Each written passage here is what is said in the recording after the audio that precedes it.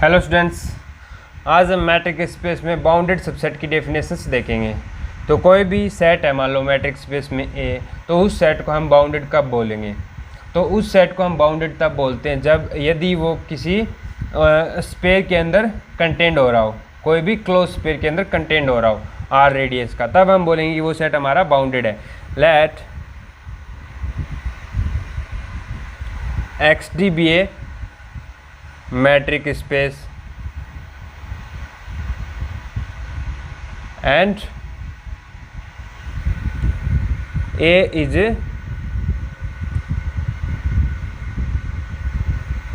subset of X, ठीक है। then A is bounded if A is contained in closed pair, ठीक है। then we say that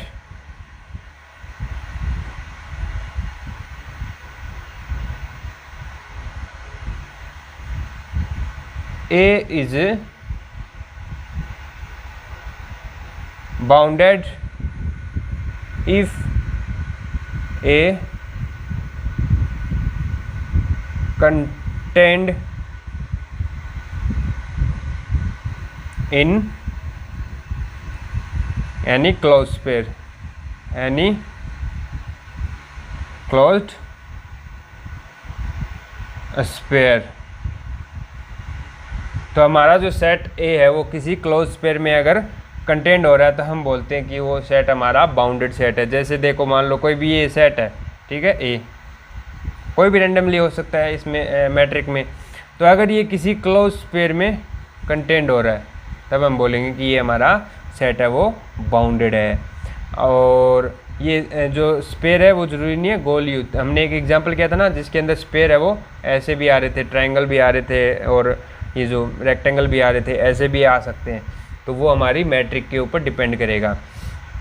mathematically language अगर बोले तो क्या होगा, ए इज़ बाउंडेड, या फिर it implies A is bounded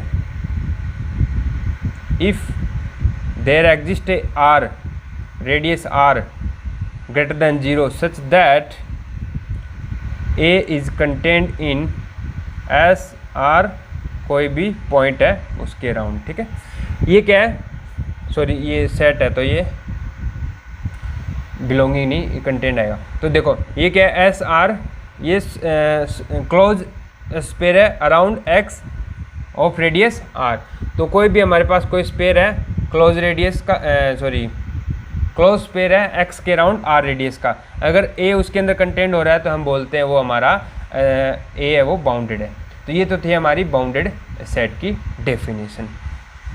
अब ऐसे ही डेफिनेशन आती है बाउंडेड सीक्वेंस की। कोई भी सीक्वेंस है उसको हम बाउंडेड कब बोलते हैं?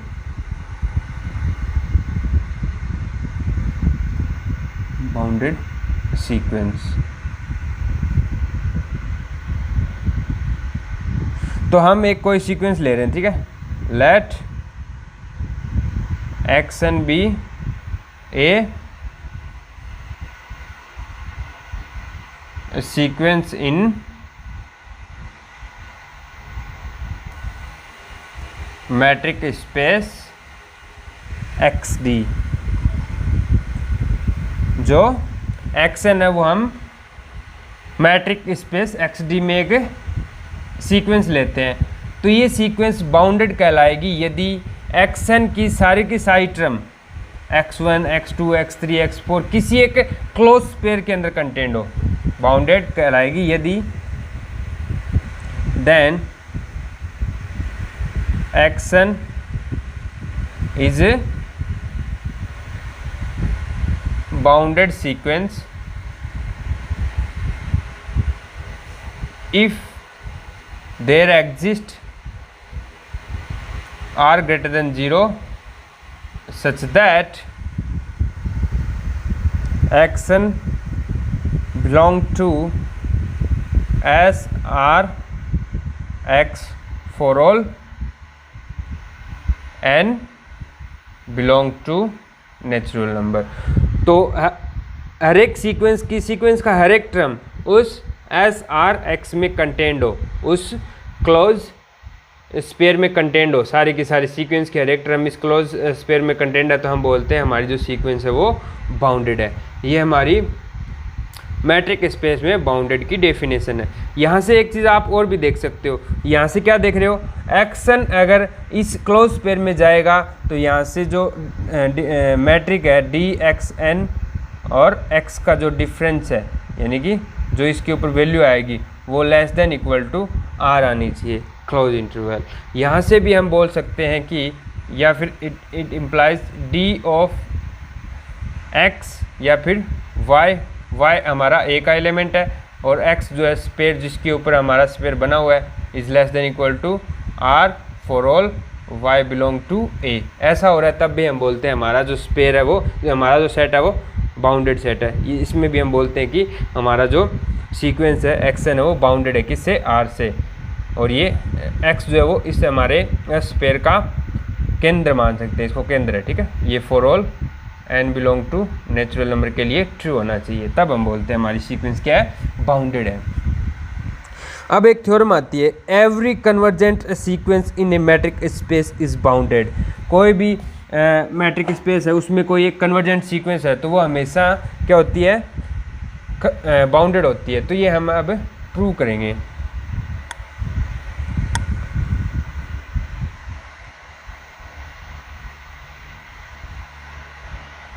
तो उस सीक्वेंस के लिए हम ऐसा r ढूंढेंगे कि वो सीक्वेंस उस r रेडियस के स्पेयर के अंदर कंटेंट हो जाए, ठीक है। तो देखो थ्योरम, एवरी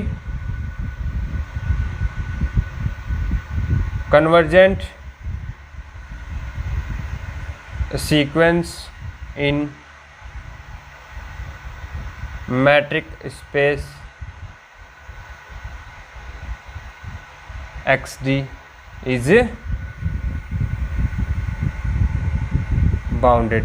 तो कोई भी कन्वर्जेंट सीक्वेंस है इन मैट्रिक स्पेस XD वो क्या होती है, हमेशा बाउंडेड होती है। इसका प्रूफ देखते हैं।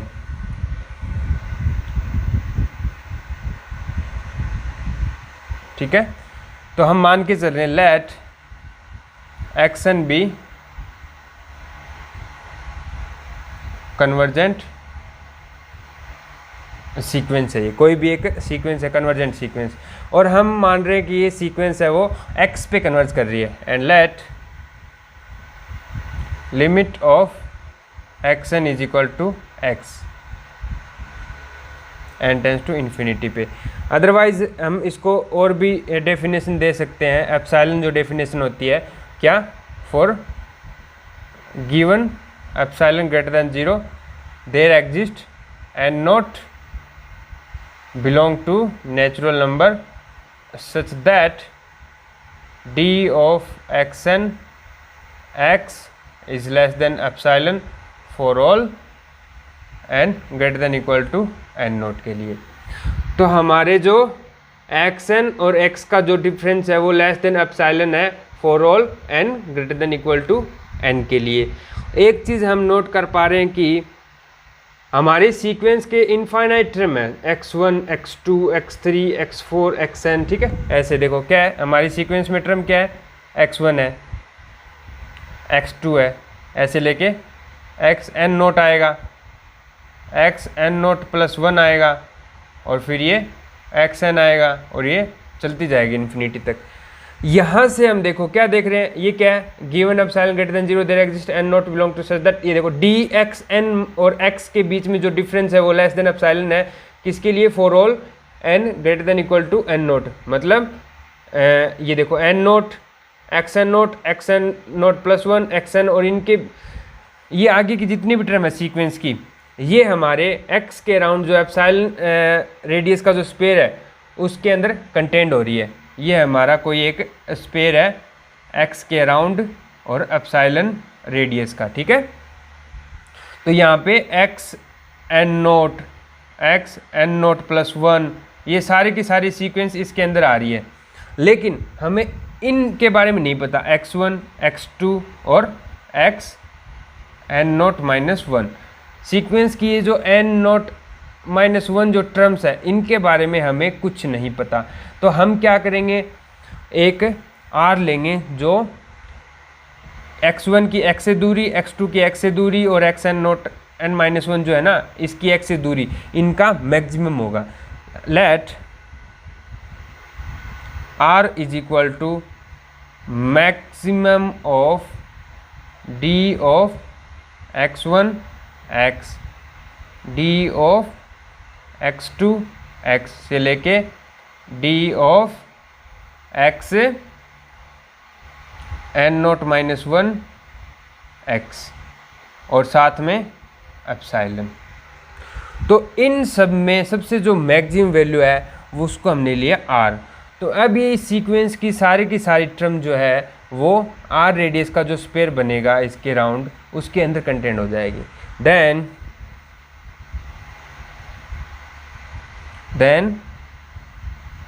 d of xn x is less than equal to r for all n belong to natural number. यहाँ से हम एक और बात क्या बोल सकते हैं, यहाँ से बोल सकते हैं कि जो हमारी सीक्वेंस है xn is contained in SR x for all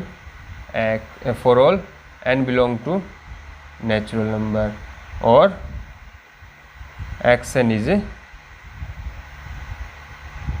bounded sequence.